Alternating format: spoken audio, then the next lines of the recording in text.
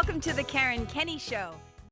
Hey, you guys, welcome to the Karen Kenney Show. I'm super duper excited to be here with you today and to talk about this episode, which I'm calling Get Your Hopes Up. Get those suckers way up there. And I'm going to come at this concept, this idea from a couple of different angles. First, I'll share where the inspiration for the episode came from. And then I want you to just kind of look at this, just keep your minds open, take what works, leave the rest. And hopefully something that I share that's on my mind and on my heart will land for you as well. That's always my hope, that you'll walk away with something that was valuable or helpful or hopeful. So get your hopes up. So I was talking to somebody who was, how do I say this, hoping for a particular outcome, or, was hoping to accomplish something or have something go in their favor or whatever. And they kind of made an offhanded comment as they were talking to me, where they said, they kind of mumbled it, you know what I mean? Like under their breath a little bit, where it's like, yeah, but I'm not going to get my hopes too high, or I'm not going to get my expectations up there. And when I was responding to what they said, I said, whoa, whoa, whoa, whoa, because I'm like, let me be the annoying spiritual mentor that I am and just point this out, because language is really important, especially the shit that we say to ourselves, because our subconscious mind is always listening, and our subconscious mind doesn't often know the difference between what's real and imagined, what's in the present, what's in the past.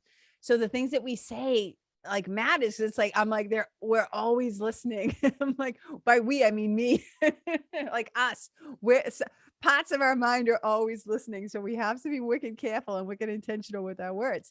So I was like, no, listen, get your hopes way up there. And this is what I shared with them. And hopefully, and excuse me, because I still have a little bit of this stuff in my chest where it makes me cough when I talk. So hopefully I won't hack in your ears too much in this episode. So forgive me in advance if I do. So what I was saying is, I shared with them something that I had heard, okay, a wicked long time ago. I think like 15 years ago, maybe, I heard this, and it stayed with me ever since. Now, of course, it was something that was in some ways familiar, because as a Course in Miracles student, I really believe and have come to understand through my own personal experience that the mind is cause, the things that we think are cause, the world, our experiences, what's happening out there, are effect. So projection makes perception. Our thoughts have power. There are no, what's the word I'm looking for? There are no, I would say, inconsequential thoughts in a way. So we always want to be keeping a vigilant, like, lookout for the things that we say or whatever. And also that we can choose better feeling thoughts. We can hold visions, right? Visualizations. I'm sure you guys have heard that term before, visualizations. We'll get into that in a minute. And so I started thinking about this thing that I had heard a wicked long time ago from a guy named Guru Singh. Now, if you're a fan of, if you know, I don't know if you've been in the yoga world at all, or if you've listened to the Rich Roll podcast or whatever, if you just might happen to know who Guru Singh is. But he had this little saying. It was like he called it like a little life bite, quote unquote, life bite, like a little bite-sized nugget, a little morsel of wisdom. And it had all to do with this. Now, like I said, coming from a Course in Miracles background, what he said like really landed for me. And I just really loved the way that he said it very simply. So I'm going to share it with you now. He was talking about, again, when there's something that we're dreaming of, when there's something that we want, where there's something that we desire, where there's an idea that we have or an outcome that we want. And he talks about it like this. He calls it walk as if. Walk as if. He says, dream your dream. Okay. Walk as if and dream your dream. And let me break it down a little bit further or farther to what he says. He says, walk as if, and then he says, fill in the blank, as if whatever the thing is that you want to come true, right? So name it. He's like, fill in this blank, walk as if, and fill in this blank. Dream your dream and walk as if, And again, fill in the blank, whatever the thing is that you want to come true, that you want to happen, the positive thing, the positive outcome, right? We don't use this kind of stuff to harm other people or to harm animals or to hurt yourself, right? These are all positive visions that you want, envision the most positive outcome that you can. So walk as if and fill in the blank. Dream your dream and walk as if, fill in the blank. Because we know what we want, we receive our expectations. He says this, so learn to expect the best. And don't follow, that old saying, don't get your hopes up or don't get your expectations up. You don't want to be disappointed. He says, do not follow this. Do not follow the old saying, don't get your hopes up or don't get your expectations up. You don't want to be disappointed. If you don't want to be disappointed, don't be. Act in a different way. Walk as if and get your expectations way up there. Be yourself. Be yourself. Dream your dream. Don't try to be anybody else, but get your hopes, your dreams, your expectations way up there. And this is what I often say to clients too. I say, hey, look, if you have a dream, an idea, a vision, a project, something that you're trying to bring to fruition, and it doesn't go your way, right? The plan doesn't work out the way that you thought it should or would.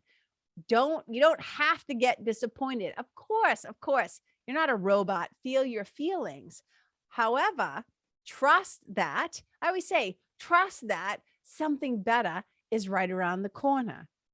Trust that something divine is working on your behalf and working through you.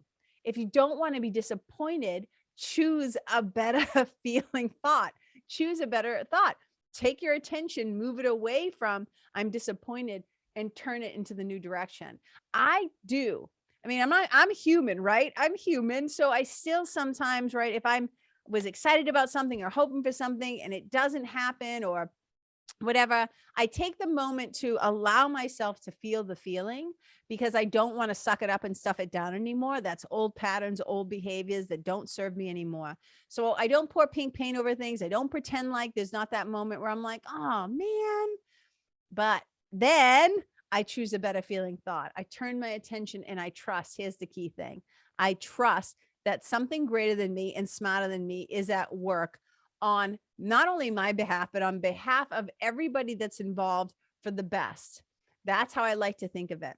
I obviously can't control 90% of probably what happens in the world. What I can control is myself and my own thoughts and my own mind and my own words and my own actions and my own choices and behaviors. So I hope this is helpful to you in some way.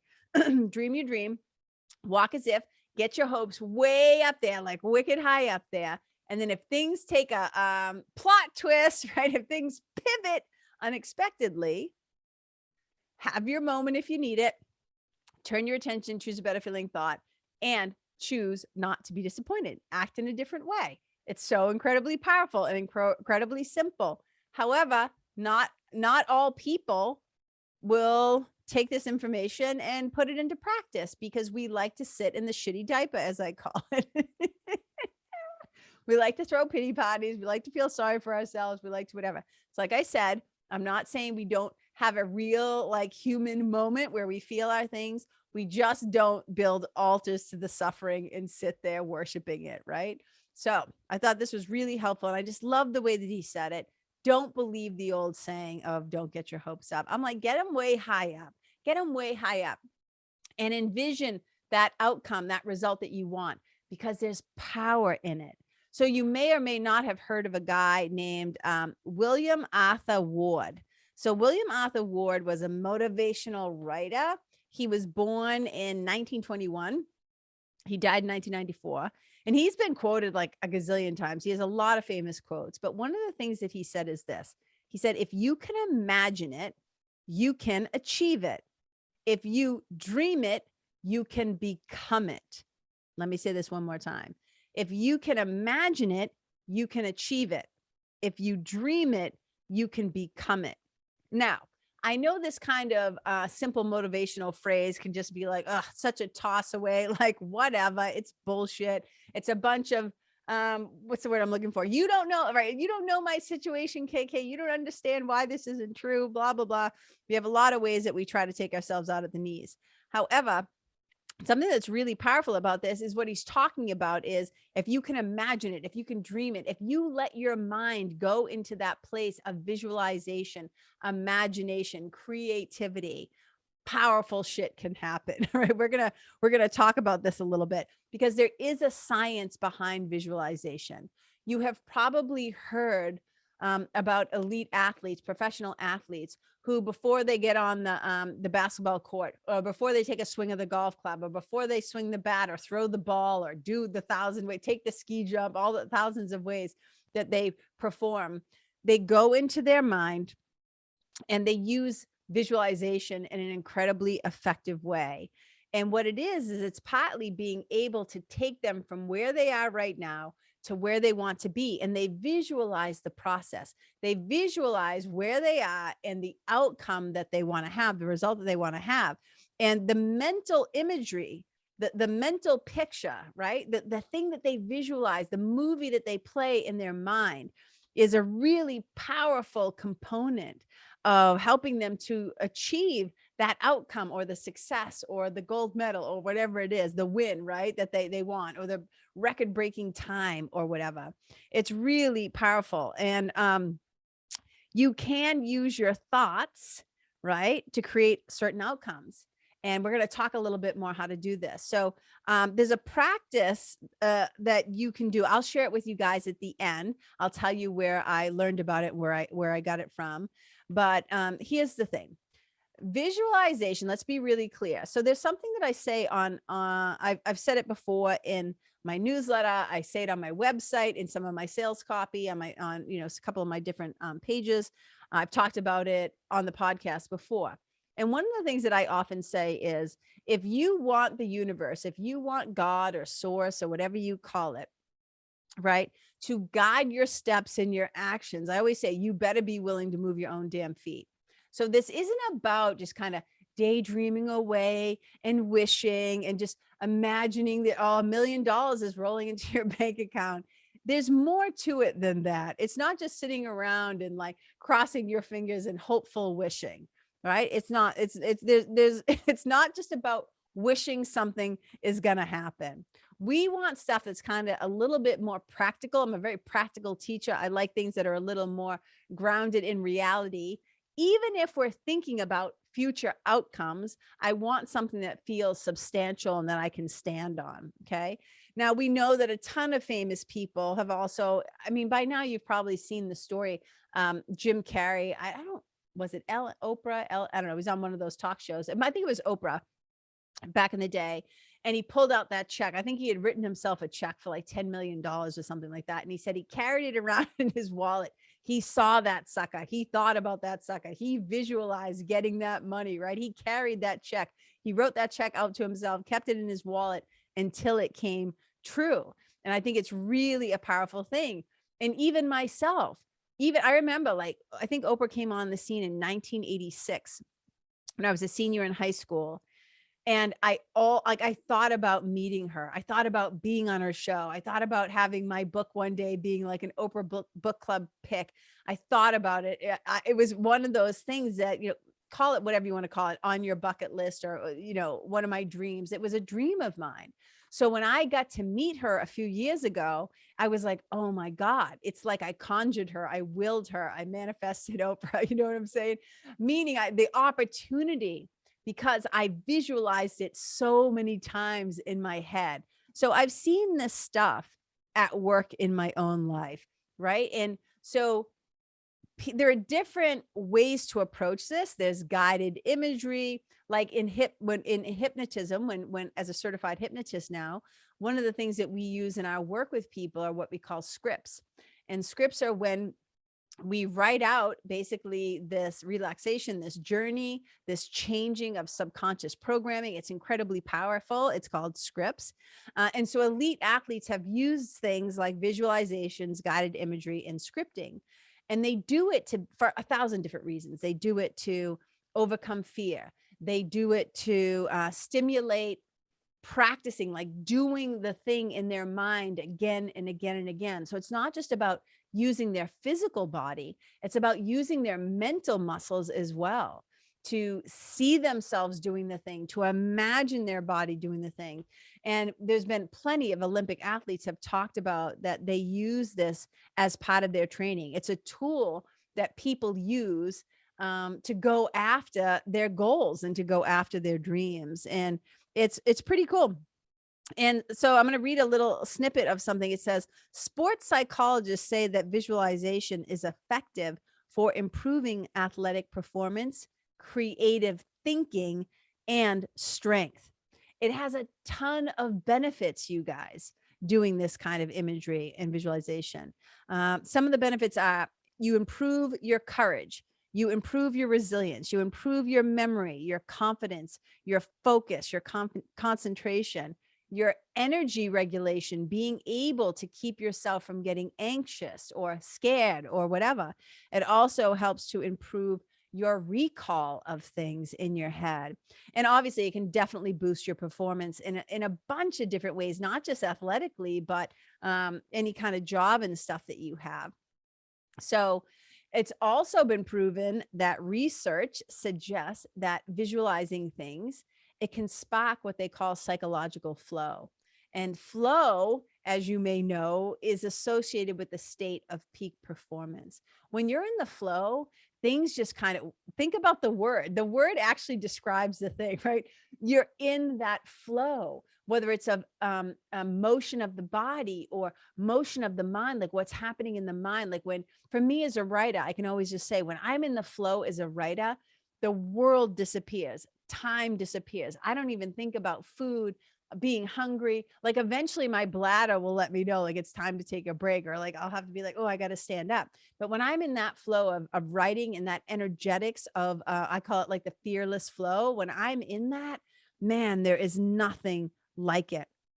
And you can use this kind of powerful visualization technique for all kinds of different things, right? It's like, and most of us, unfortunately, don't use this tool. We may not know about it. We may not know how to access it. And it's one of the reasons why I wanted to talk about it a little bit today, and then give you a practical tool for like kind of how to use it. But you can use visualization for mastering a new skill. When obviously I talked about this, becoming more confident.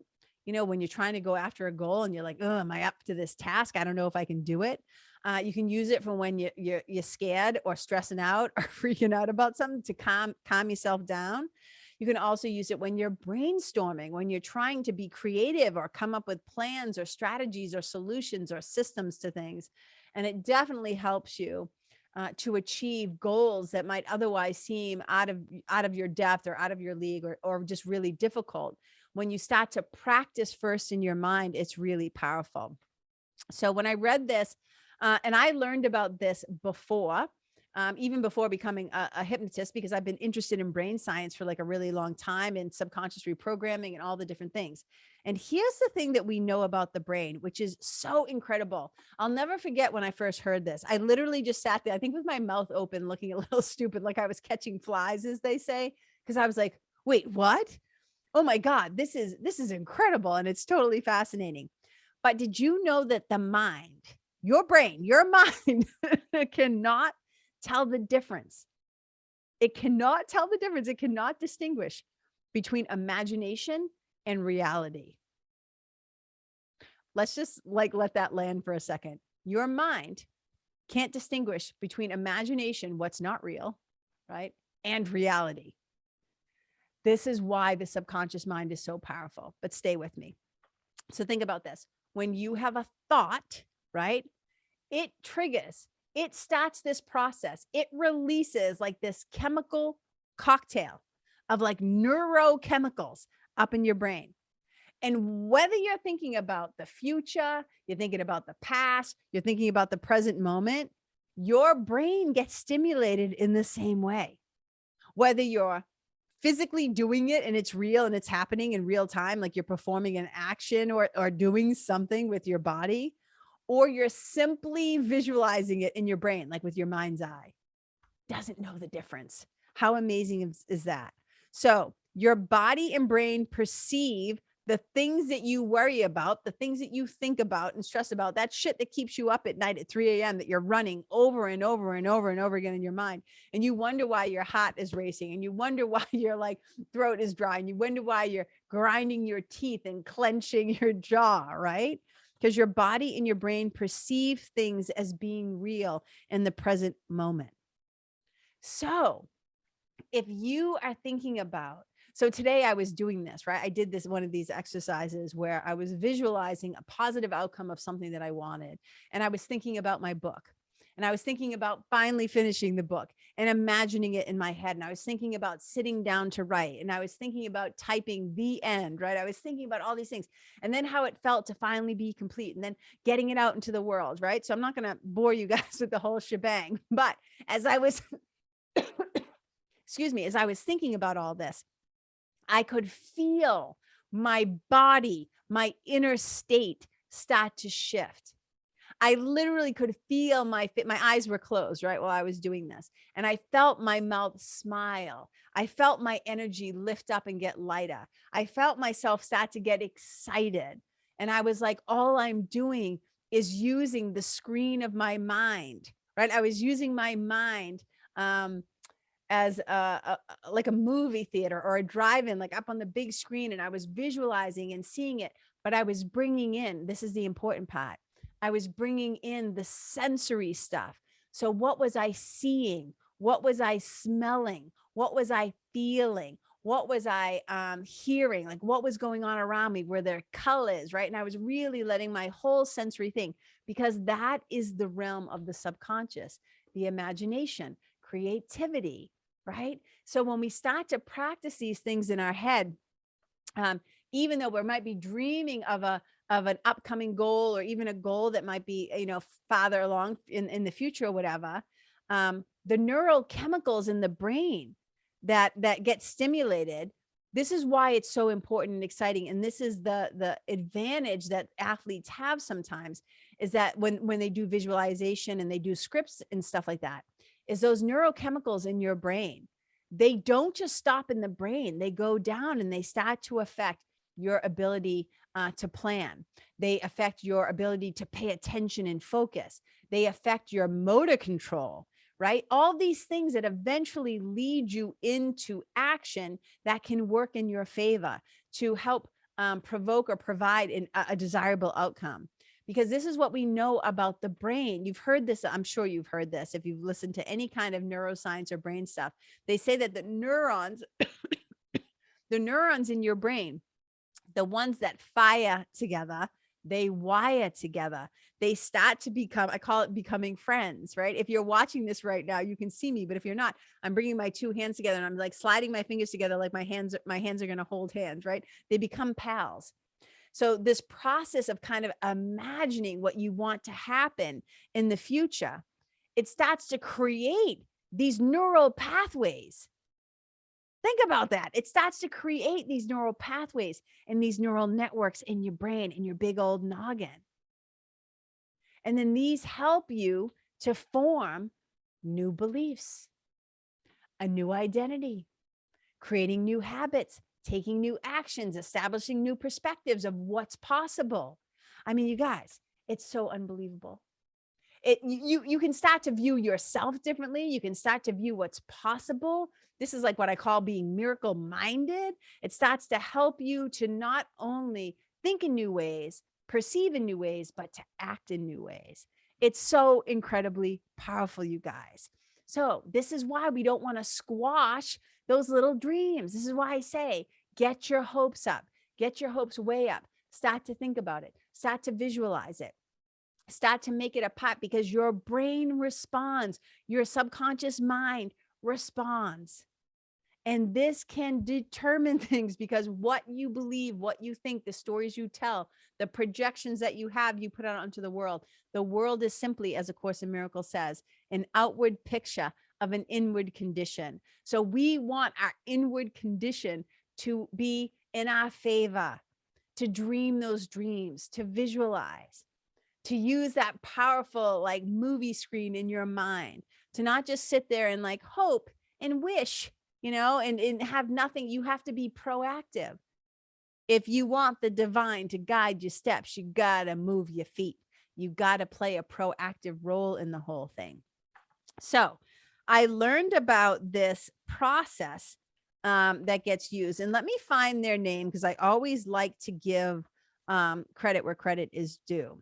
So I think this came from, hold on, I know I have it here somewhere.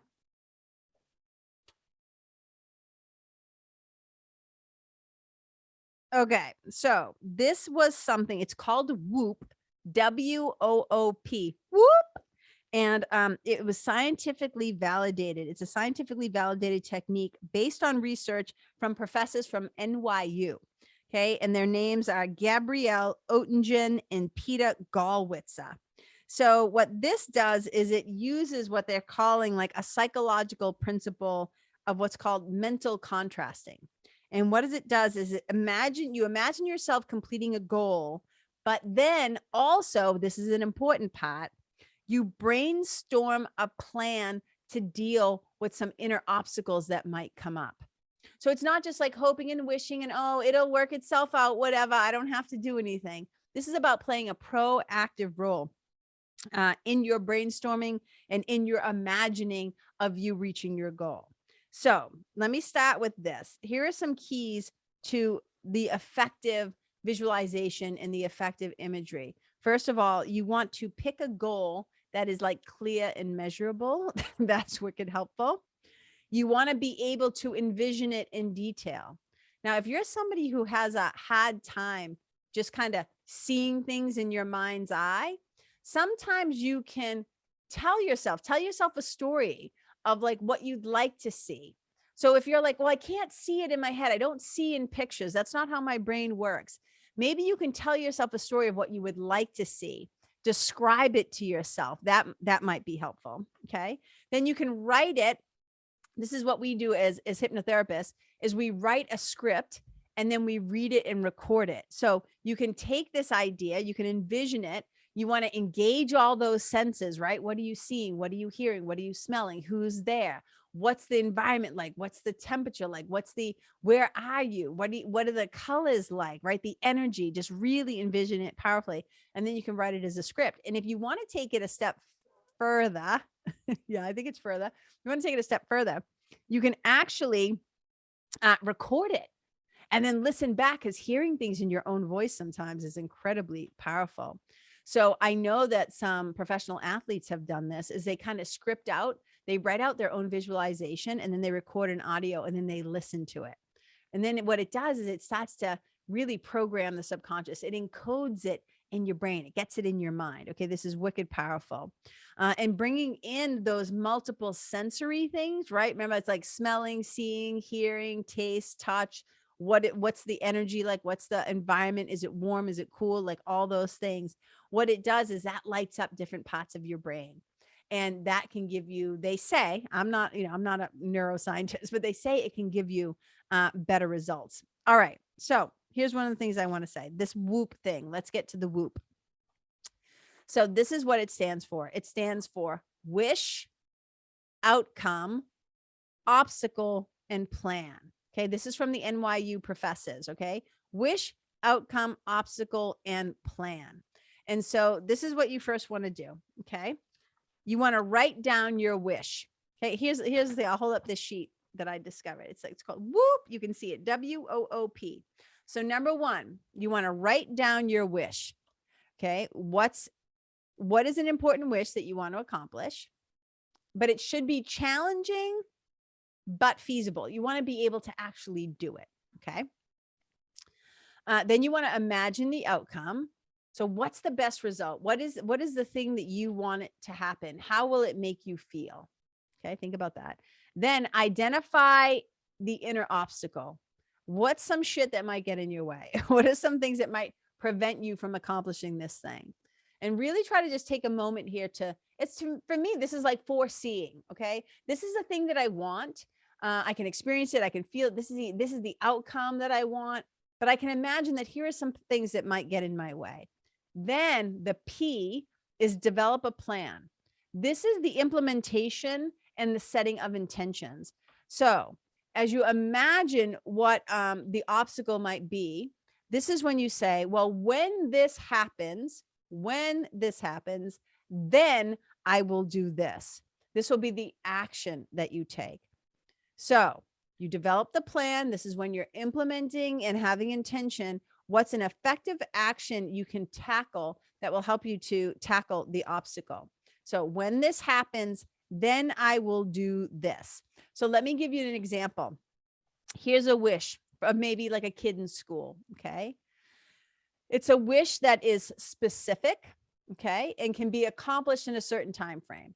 This person says, I want to get an A on my biology quiz. What's the outcome? What is going to be the fulfilling and motivating and clearly visualized thing, right? You just break it down to the most simplest thing. If I get an A on my biology quiz, that's the wish. The best outcome is I'm going to feel proud. I'm going to feel pretty good about myself. Okay. That's the outcome. The obstacle might be, it's the inner obstacle. These are not external obstacles. These are inner obstacles. And the inner obstacle might be that I procrastinate, right? I don't really do what I need to do. I'm going to procrastinate. So here's here's the plan part, the P, the plan part again. So you want to take an observable action. And then you say, well, when I finish dinner, so what's the problem? Procrastination. So when I finish dinner, my action is going to be, then I will make 5 flashcards to like help me get my ass in gear and to do my studying. Okay. So you can kind of see it in action there. And this is a really powerful way to do this. Remember, it's WOOP and it's wish, outcome, obstacle, plan. So that way it's not just like this airy fairy like thing of like, oh, I'm just laying around, blah, blah, blah. Look, I think laying around and daydreaming and being able to kind of just stare out the window and let your mind do things is very powerful. I think it can bring in new ideas. Some people call them downloads, like whatever, inspiration, insights. I think it's all great. And there's also a way to be a little more proactive. So I think they both actually play a role, because sometimes I just like, you see the floor behind me. Sometimes I like to just lay down and spread eagle and stare up at the skylight and just kind of let my mind like wander, just see what it discovers without any kind of constraint, construct, pressure, whatever. Just allow myself to be a channel for anything that wants to come through. So I just kind of go online. I keep my mind, my heart open and my mouth shut and I see what arrives. And then there are other times when I want to be more proactive. And that's when I might do a hypnosis script. I might listen to a visualization. I might do my own visualization, a practice where I'm using like my mind, like a big drive-in theater or a movie theater, to see outcomes, to see it happening, to allow myself to feel, because I know that I'm letting those little neurons in my mind start to make friends with each other, start to wire together, fire together, start to create. In yoga, we call them like samskaras, right? Patterns, behaviors, whatever.